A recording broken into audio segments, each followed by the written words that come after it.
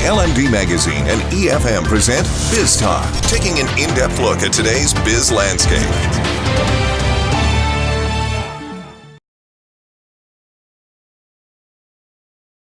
Welcome to another edition of LMD-E FM Biz Talk. Today we're speaking to Assistant Analyst of Verité Research, Nilangika Fernando. Good morning, Ms. Fernando, and thank you for joining us today. Good morning. First of all, what is export finance and why is it important to improve the export sector?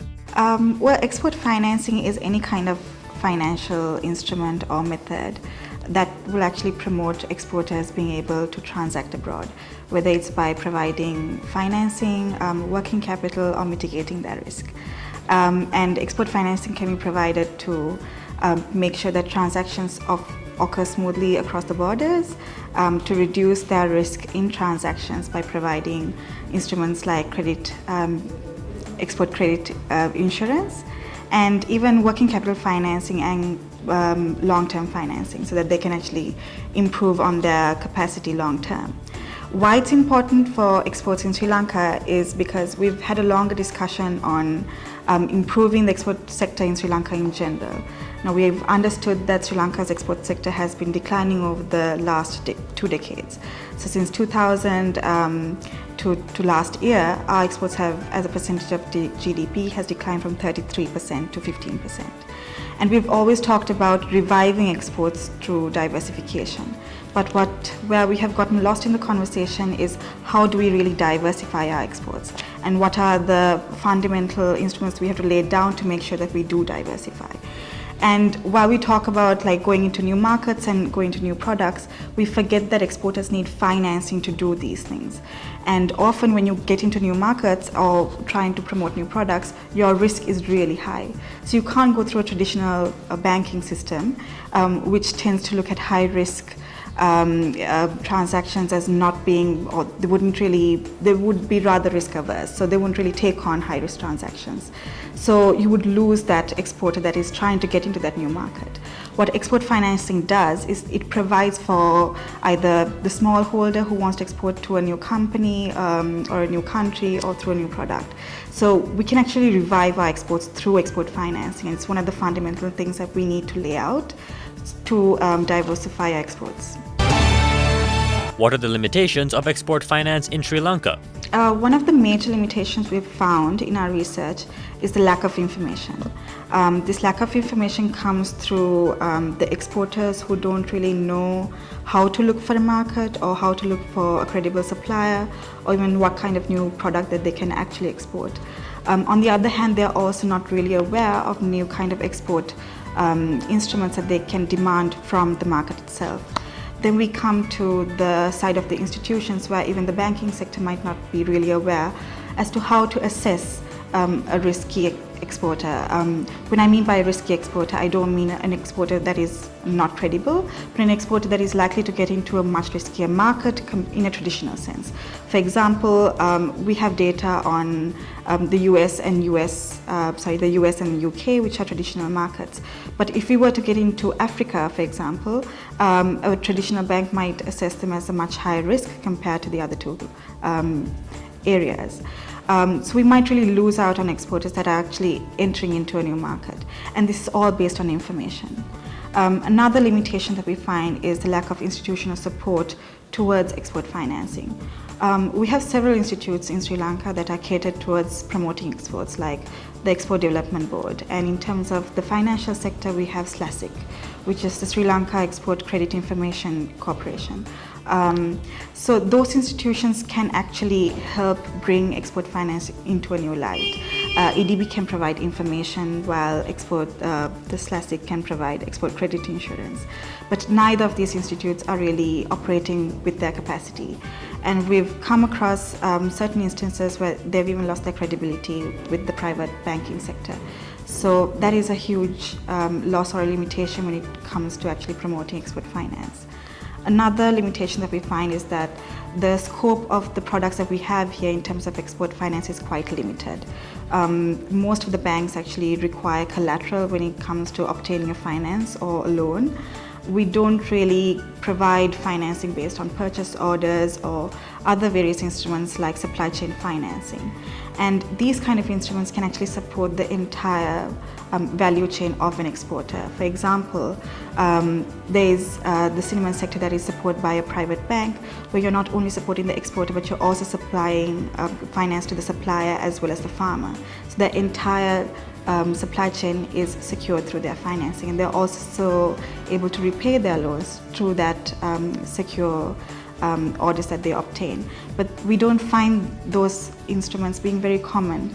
So for smallholders or for SMEs, they find it very difficult to access these instruments or to get hold of finance, and that is a huge limitation that we realize through this sector. What interventions would be able to address the issues with export finance in this country? I think we can start with the institutes themselves, because we already have several institutes, as I mentioned earlier, that are established to promote exports. So if we can really enhance their capacity and give them room and space to go with their mandate, we should be able to actually enhance that area in providing information. And one of the major things we've realized through our research is that most of these institutes act in silos. And that is one of the major problems that exporters face. So while information might be collected in one institute, say the Export Development Board, it's not transferred to the private sector banks or to other institutes. So to actually have an information platform where both exporters and banks can actually get this information would be ideal, where they can even share their information, whether it's information that we can get locally of the suppliers, the buyers, and even connect with our missions abroad with the trade sector so that they can actually provide information in their markets. And that kind of information platform can really help exporters identify the markets, identify new products, and at the same time make them more sophisticated, because they'll be aware of how to collect information and how to process transactions. And that will help the banks as well because it eases their risk assessment procedures. Another solution that we can actually provide the export financing sector is to give more innovative financial solutions to the market.